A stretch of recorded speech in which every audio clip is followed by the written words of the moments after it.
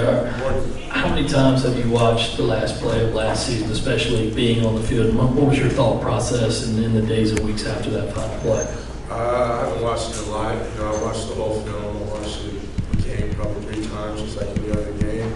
And when it happens, it just happens. It is what it is. Those plays happen in football, and we just got to move on.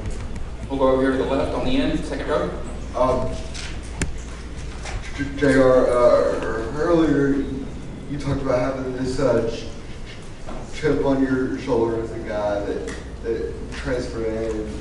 It was maybe seen as an under-the-radar guy. After the success you had last year, what are your expectations coming in just to your second season playing at Georgia? And then also, in terms of the secondary, is it a good thing to have all these young guys, or is there kind of too much of a learning curve that has to take place? My expectation is just to lead those young guys. Like you said, we have a lot of them. And it's up to me, DeAndre Baker, and a lot of older guys to lead those guys in the right direction just for Georgia going forward and for this team next year. We'll go over here on the right side in the middle of the second row. Everybody is excited about the receiving class that Georgia has coming in next year, but you go up against the current guys here in practice.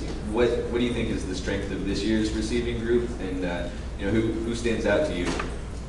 A lot of these guys have played before. You got Terry, Riley Ridley, and then Nicole has emerged. So I'll definitely say experience is the key for those guys.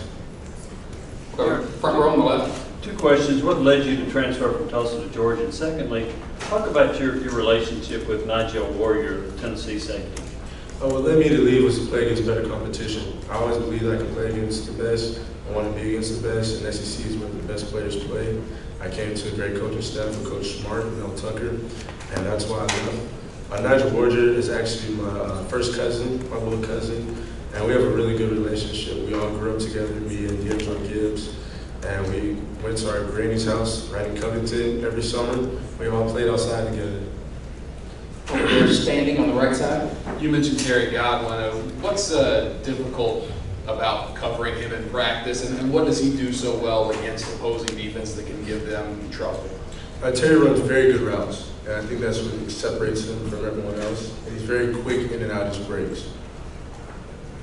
Over here on the end, front row on the left side. How have you seen your role in the defense develop through last year, through the spring, and then going into next season? Really, last year, I was very new experience on the team, so I was almost like a young guy on the team, even though I was older, but I was just my first year playing. So now my role has switched to being the older guy that's playing, and now I know how to relate to guys that are going to be their first year. Go to the middle of the back row, over here on the right side. Hey JR, so as a D-back at Georgia, what is it like to have a coach who is also a D-back at Georgia? What does that mean to you? It means the world. It means that he knows what he's talking about. It means that he has that passion for Georgia, just like we do too. Go over here on the left side, second row. JR, 2 questions. First one, Georgia's brought in another great recruiting class. You as a veteran now, what do you look for in a young kid and a young guy that says, okay, that kid can help us, that kid can play right away? What are the things you look for when you know a guy will be able to play fast? I look for him to learn the playbook. A lot of guys have talent on this team. We have a lot of young guys that came in with talent. It's all about learning the playbook, and that's the way they can get on the field. #1 recruiting class, but also this team played in the national championship game last year. How hard do you think it will be for some of those freshmen to play and earn time right away? We had a lot of spots open on defense, so it's all up to them, all of them they can learn. And we also got guys that have been in the program for 3-4 years that people tend to forget that are ready, and it's their time to play too. Hello, standing over here at the right side. JR, with your dad having so much experience in the league, what are some of the conversations that you've had with him that maybe you've taken away and implemented into your collegiate game? My dad just told me, just relax and have fun, Just relax and have fun. It's just a game at the end of the day. And always tell me fly to the ball and be aggressive. Go back here, standing on the left side. Hey, JR, your coach was in here. He basically said, you're not here just because of your stats. You're more here because you've emerged as a team leader. What's that mean that he has that much confidence in you, especially as a guy who didn't start his career at Georgia? It means the world that Coach Smart believes in me like that. Ever since I got here, Coach Smart has coached me very hard. And just for him to say that means a lot. We'll go right here in the middle into the third row. Hey JR, Georgia makes their first trip to LSU in 10 years this season. I just wonder if you give any thoughts to playing in that venue, what you've heard about going to Tiger Stadium.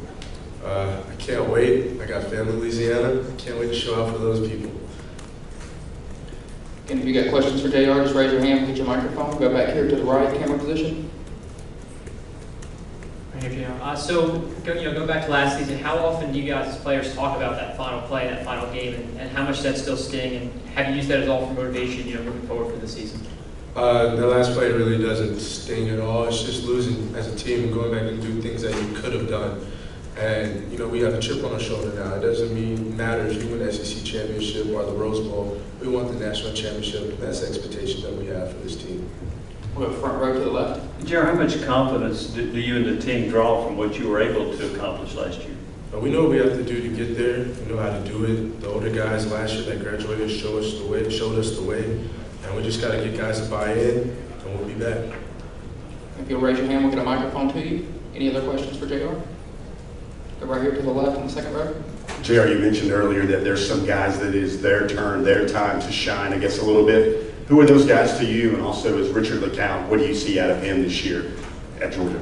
Definitely, we got a lot of linebackers that, they're going to win their turn. You got Tate Crowder, Jawan Taylor, Natrez Patrick. You got some guys on the D-line that is their turn. You got David Marshall, Tyler Clark, who's emerging. And Richard LeCount's definitely shown us some maturity. He's definitely matured. He's definitely in the playbook. And that's the biggest thing that I've seen out of this guy. We'll go camera position on the back right over here.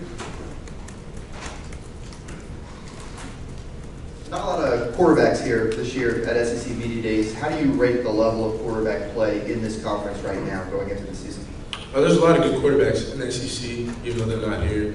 You got some good ones throughout the whole conference, and I think quarterbacks in the SEC are kind of slept on just because SEC is not known for passing. Go down here in the middle in the second row. Yeah, sort of on that same line. You guys played Drew Lock last year at Mizzou. Where does he compare? You play Jarrett Stidham, you play Drew Lock. Just what have you seen from those two guys, and what excites you about playing against an elite quarterback like those? Drew Lock, he's definitely going to see him on Sundays sometime. That's exciting to play against him. He has a very big arm. And Jarrett Stidham, he's the ultimate competitor. That guy put his body on the line to win. Anything else for JR? All right, thank you. Thank you guys.